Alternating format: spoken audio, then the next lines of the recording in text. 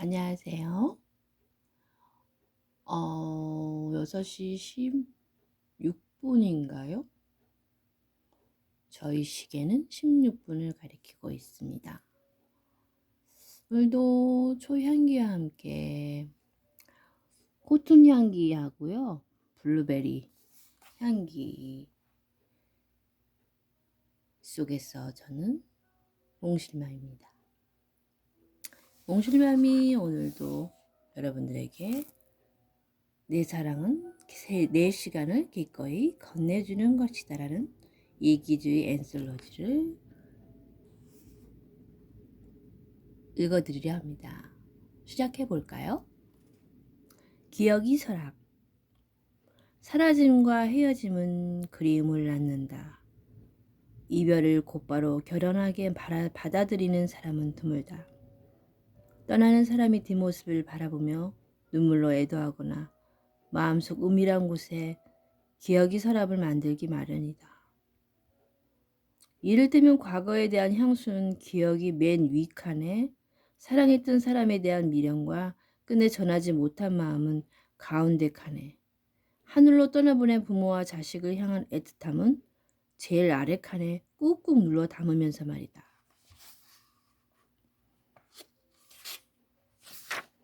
그리움. 마음이 밑바닥에 접어든 기억은 살아가는 동안 숱한 계기에 의해 수없이 되살아난다. 기억은 돌돌 말아서 반듯하게 정리해놓은 속옷이 아니라 살아있는 생물 같아서 때때로 제자리를 벗어나 마음속을 제멋대로 돌아다닌다. 기억이 활동력이 급격히 늘어나는 날이 문제다. 쓰디쓴 기억이 가슴에 새겨진 상흔을 들쑤시는 것도 모자라 머릿속에 꽉 차 드러나 몇 날 며칠이고 꼼짝도 하지 않을 때가 있다.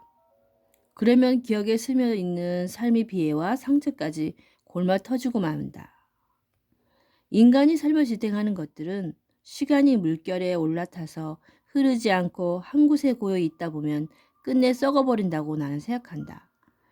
일정한 공간을 차지하고 질량을 갖는 물질만 그런 게 아니라 눈에 보이지 않지만 인간의 심리와 기분에 영향을 미치는 정서적 요소야말로 그렇지 않나 싶다. 적절한 시점에 적당한 양을 방출해야 한다. 마음의 안쪽에서 썩어 문드러지지 않도록. 이런 이유로 우린 한때 소중했던 사람에 대한 그리움에 밤잠을 이루지 못하는 날이면 그 사람이 곁을 떠나는 순간 마지막으로 건네준 눈빛을 생각하며 눈물을 쏟아내고 안 쓰던 일기를 쓰거나 책 귀퉁이에서 낙서를 끼적이는 게 아닐까? 그렇게라도 그리움을 토해내야 하기에, 그래야 견딜 수 있기에. 그리움. 마르지 않는 잉크. 크리스토퍼 놀런 감독의 영화 메멘토는 아내의 죽음으로 인한 충격으로 단기 기억 상실증에 걸린 남자의 이야기다. 남자는 10분밖에 지속하지 않은 기억을 붙잡기 위해 폴라로이드 카메라로 사진을 찍어 기록을 남기고 몸 구석구석에 문신을 새긴다. 그는 복수를 다짐하며 읊조린다. 현재의 나를 알려면 기억이 필요하다. 사정은 다르지만 나 역시 메멘토의 주인공처럼 추억 밖으로 밀려나는 순간들을 향해 몸과 마음을 뻗어가며 기억의 고삐를 틀어주고 글을 쓴다. 기억을 덜어내 원거지를 한 칸 한 칸 채워나간다. 서정주 시인이 말을 빌리자면 내 문장을 키운 것은 팔할이 기억이다. 인간은 기억이라는 감옥에서 갇힌 시인이라고도 해도 과언이 아니다. 감히 기억 밖으로 도망칠 수 없다. 한마디로 행본처 지지발처다. 행본처 지지발처다. 간다 해도 본래 그 자리 왔다 갔다 해도 겨우 출발한 자리다. 어차피 평생 기억 속으로 헤매야 한다면 난 이미 기억에 배어 있거나 언젠간 기억으로 전환될 삶의 희노애락을 몽땅 책으로 옮기고 싶다. 좋은 기억이든 나쁜 기억이든 기억은 문장을 이끌어내는 글쓰기 원천이 된다. 게다가 기억이라는 잉크는 흘러넘칠 수 있어도 마르지 않는다. 기억이라는 건 마르지 않나요? 점점 더 기억이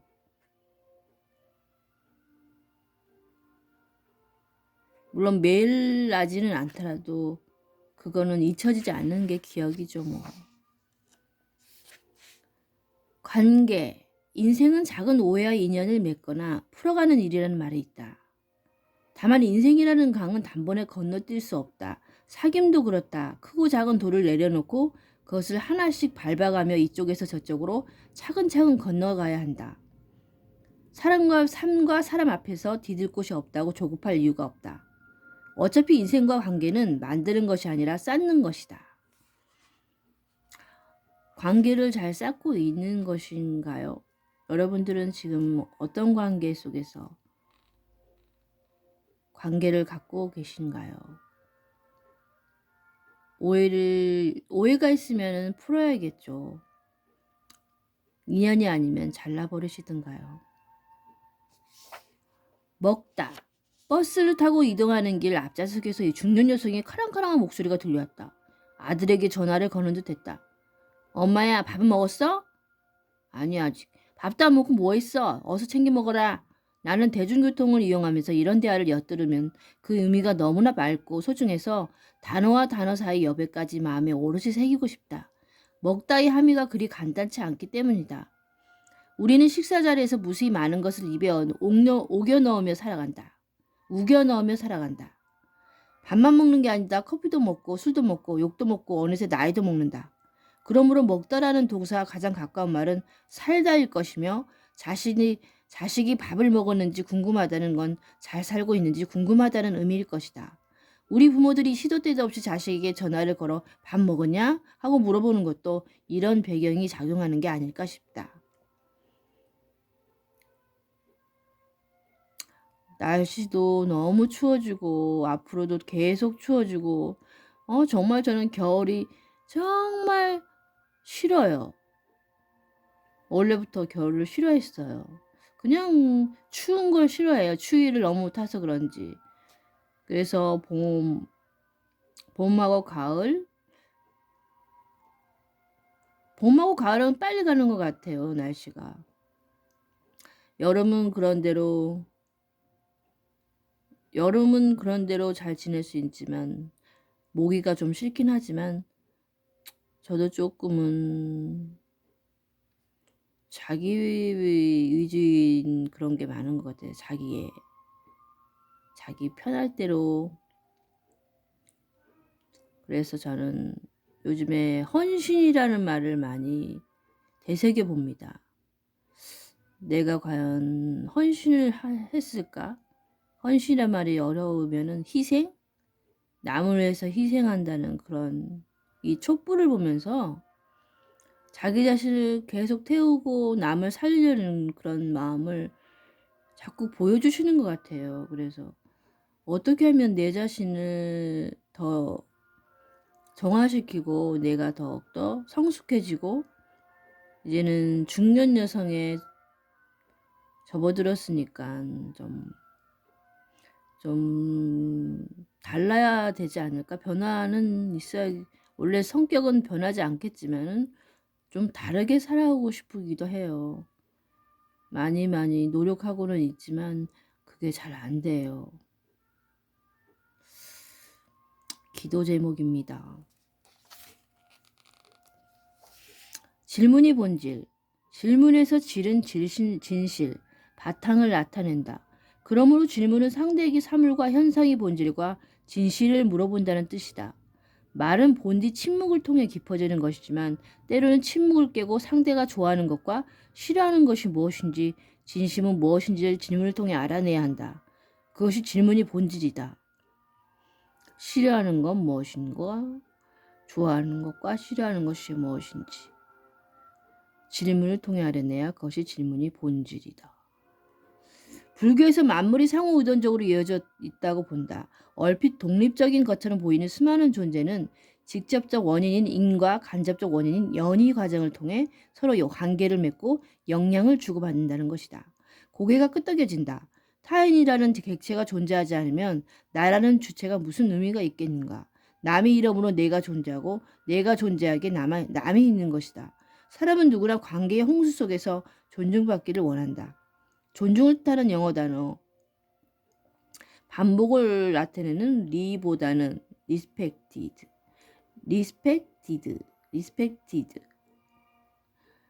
respect, 이스펙트인가요? 의미가 녹아있는 스펙트로 쪼개진다. 스피트? 서로를 오래 거듭해서 제가 영어를 좀 영어에 약해요. 알아들어 주세요. 그냥 서로를 오래 거듭해서 바라볼 때 존중하는 마음도 싹 튼다. 마주치기를 꺼리거나 얼굴을 돌리면서 타인을 존중할 수는 없다. 존중받고 싶다면 당연히 배려할 줄 알아야 한다. 존중은 배려를 통해 구체화된다. 배려의 한자는 배, 생각하려다. 관계를 맺는 상대방을 염려하는 것이 배려의 본질이다. 개방성. 난 집필을 마무리하기 전에 반드시 어머니께 원고를 보여드린다. 일종의 통과 의뢰인 셈인데 어머니가 이해하기 어려운 부분에 윗줄을 그어서 다시 내게 원고를 건네주면 난 해당 부분을 여러 번 읽어가며 쉽고 명확한 문장으로 다듬는다. 입에 착착 붙는 느낌이 들 때까지 표현을 고치고 또 고친다. 어머니 독해력을 과소평가해서가 아니다. 어머니가 술술 읽을 수 있다면 다양한 연령층이 독자가 쉽게 읽을 수 있기 때문이다. 글의 품격은 문장의 깊이뿐 아니라 문장의 개방성에서 비롯된다고 믿기 때문이다. 표정. 병원에서 환자의 검사 결과를 기다리는 가족들의 표정은 참으로 묘하다. 뭐라고 할까? 진실을 궁금해하면서도 다른 한편으론 진실을 끝끝내 대면하지 않았으면 하는 표정이라고 할까? 이는 내가 알고 있는 세상에서 가장 복잡하면서도 엄숙한 표정이다. 검사 결과 나올 때 정말 그 표정들은 정말 다들 보면은 정말 가지각색이잖아요. 얼굴 표정들이.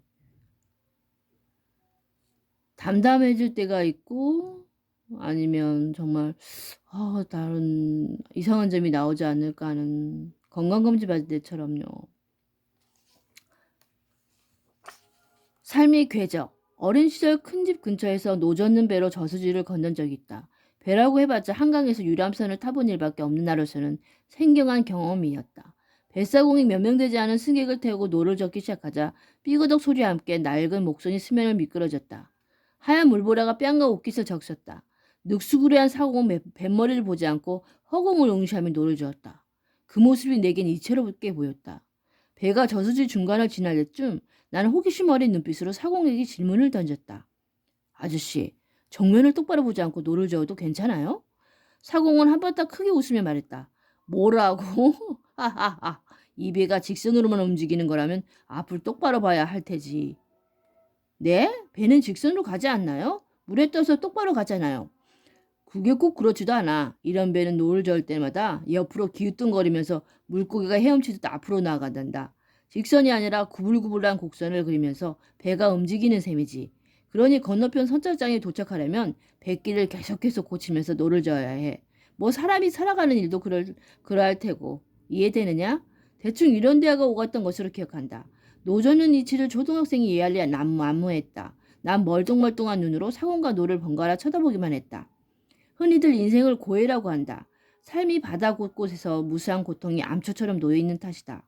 고통에 부딪혀 자초되지 않기 위해 우린 수시로 항로를 변경한다. 애초에 정해진 길은 없다. 그저 끊임없이 길을 고치고 또 고치면서 앞으로 나아갈 뿐이다.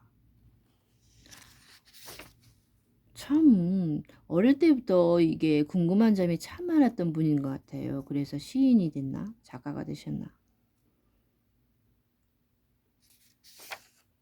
산타크로스. 귀지와 인생 말이지 너무 복잡하게 생각하지 마. 어찌 보면 간단해. 산타크로스를 믿다가 믿지 않다가 결국에는 본인 산타 할아버지가 되는 거야. 그게 인생이야. 산타크로스 할아버지. 요즘 애들은 산타크로스 할아버지가 부모님이라는 걸 다 알잖아요. 웬만하면. 모른다면 참 그 어린아이는 순수하고 뭐랄까 참 그런 애들은 순수를 넘어선 정말 귀여운 애들일 것 같아요. 인형 같은 애들. 추한 것과 아름다운 것이 뒤섞임 속에서 집 근처 편의점에서 계산을 하려고 기다리다 직원이 표정이 순식간에 일그러지는 장면을 목격했다. 봉지에 담아드릴까요? 라는 직원이 무릎에 봉지 없이 이걸 들고 갈 수 있을 것 같아요? 라고 말꼬리를 올리며 쏘아 붙이는 사람을 봤다. 돌이켜보면 학교에서 꼭 이런 식으로 말하는 사람이 있었던 것 같다. A 배우 연기 잘하는 것 같아 라는 말에 작품을 잘 만나서 그렇지 라고 답하는 사람. B가 부른 노래 참 좋지 않아? 라고 물으면 B는 퍼포먼스가 형편없지 하고 답하는 경우. 식사했어요? 라는 물음에 여태 밥도 안 먹고 뭐 일랬을 리가 없잖아요? 라고 뾰족하게 반응하는 사람들 말이다. 일랬을 리가 없잖아요? 뾰족하게. 세상엔 추한 것과 아름다운 것이 아무 규칙 없이 혼재되어 있다. 타인이 단점과 상황이 맹점만을 향해 촉수를 들이우며 살아가다 보면 어느 순간 그 뒤섞임 속에 파묻히고 만다. 이와 반대로 세상을 자유롭게 감각하고 자신만의 시선으로 아름답고 의미 있는 걸 발견할 줄 아는 사람. 더러는 남을 칭찬할 줄도 아는 사람을 나는 신뢰한다. 그런 사람이 곁에 있으면 삶이 풍요로워진다. 저도 칭찬을 많이 하는 편인데 그 칭찬의 의미를 모르는 것 같아요. 요즘에는 칭찬은 당연한 것처럼 받아들이는 사람들도 있더라고요. 너무 칭찬에 익숙하다 보면은 그 감사가 잊혀지나 봐요. 엄품, 말을 의미하는 한자, 언에는 묘한 뜻이 숨어 있다. 2번 생각한 다음에 천천히 입을 열어야 비로소 말이 된다는 것이다.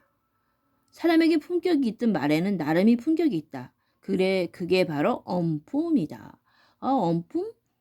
생소한데 말씀 언에다가 천천히 입을 열어야 비로소 말이 된다는 것이네요. 말의 품격이 엄품이군요. 그럼 천천히.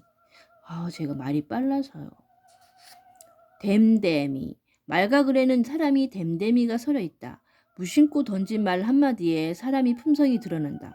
말은 품성이다. 품성이 말하고 품성이 듣는 것이다. 격과 수준을 의미하는 한자 품위 구조를 뜯어보면 흥미롭다 입구가 3개 모여 이루어졌음을 알 수 있다. 말이 쌓이고 쌓여 한 사람이 품성이 된다는 뜻이다. 사람이 지닌 고유한 인양은 분명 그 사람이 구사하는 말에서 뿜어져 나온다. 언어처럼 극단을 오가는 것도 드물다. 내 말은 누군가에게 꽃이 될 수도 있으나 반대로 창이 될 수도 있다. 말란만으로 천냥빛을 갚기는커녕 손해를 입지 않으려면 더러운 말이 마음에서 떠올라 들끓을 때 입을 닫아야 한다. 말을 죽이지 살릴지 신중하게 결정해야 한다. 말은 한 사람의 입에서 나오지만 1000사람의 귀로 들어간다. 그리고 끝내 10,000사람의 입으로 옮겨진다. 정말 무섭잖아요. 이 말이 정말 무섭더라고요. 저는 이번에 정말 느꼈어요. 말이 너무 귀중하다는 걸. 정말 근데 나는 여자만 말이 그렇게 옛날 그 시대의 그런 생각이겠지만은 여자만 말을 그렇게 소문을 내고 다니는 줄 알았지 남자 입에서 그렇게까지 결정될 줄은 몰랐거든요. 남자는 막 그런 거에 막 관여하고 싶지 않아 하잖아요. 여기 가서 저기 이 말하고 저기 가서 저 말하고 그러지는 않잖아요. 말하는 거를 하여튼 남의 말하는 거는 특히 남자가 더 나는 안 한다고 생각했거든요. 그런 말하는 자체를 싫어하는 건 줄 알았는데 엄청 당했잖아요. 이번에 알았어요. 남자가 말이 많다는 걸. 남자가 한 번 말을 하니까 당해낼 수 없더라고요. 에휴, 어쩌겠어요. 저는 말재주가 없어서. 소음과 소리.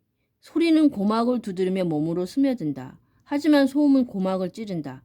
소음이 들쑤시면 사람은 귀를 틀어막는다. 소음은 스며들지 않고 금세 소멸한다. 가끔은 내 입술을 뚫고 나오는 목소리가 말 그대로 소리인지 소음인지 찬찬히 되짚어 봄직하다. 이분도 영화 조커를 봤군요. 정말 좋았어요.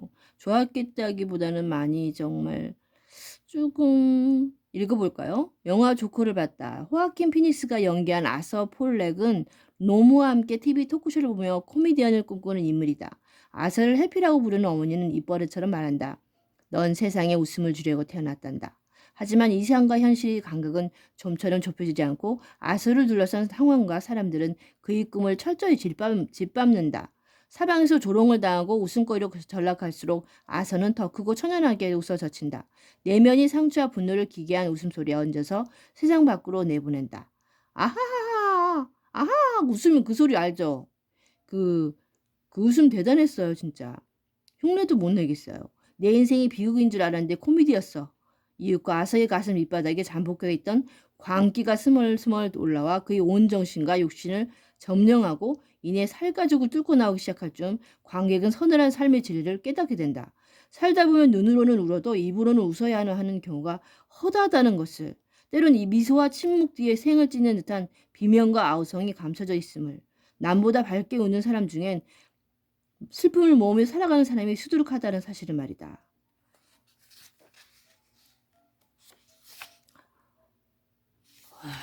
정말 조커를 보고 저도 그런 느낌이 들었어요. 이 웃음소리에.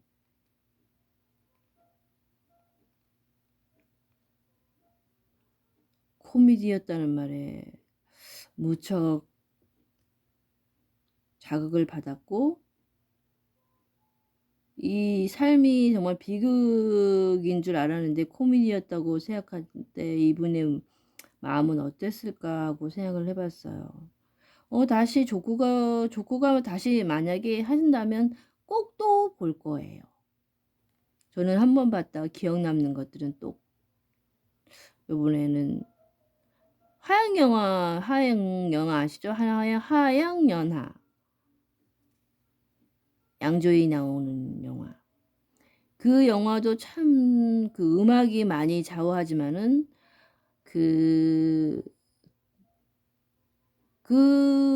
둘이 원래는 불륜이 아니었잖아요. 그 부부끼리가 그 당사자 부부들이 불륜이었지.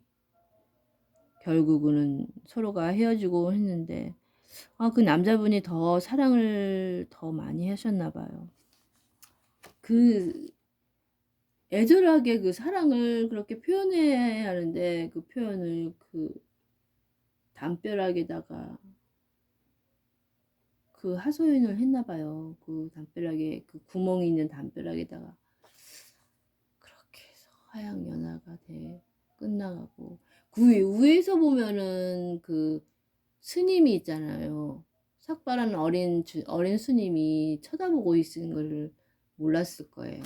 그래서 그렇게 잔잔히 끝나는데 하양영화 만약에 시간 되시는 분은 다시 언제 할지 모르겠지만 보세요. 정말 너무 추운 그때도 추운 날이었는데 극장에 가서 봤어요. 그러면은 오늘은 정말 오늘 하루도 이 추운 날에도 지금 퇴근길인데 어떤 미끄러 체인들은 달아주고 오시는지 모르겠네요. 정말 아무 탈 없이 조심히 집에 들어가세요. 술 드시지 마시고요. 이런 날은 집에 일찍 들어가셔서 맛있는 거 잡수시면서 TV를 보시다가 정말 평안하게 잠을 자면 정말 기분 좋을 것 같아요. 따뜻하게 주무시고 감기 걸리지 않고. 약속. 그럼 매일 또 만나요. 안녕.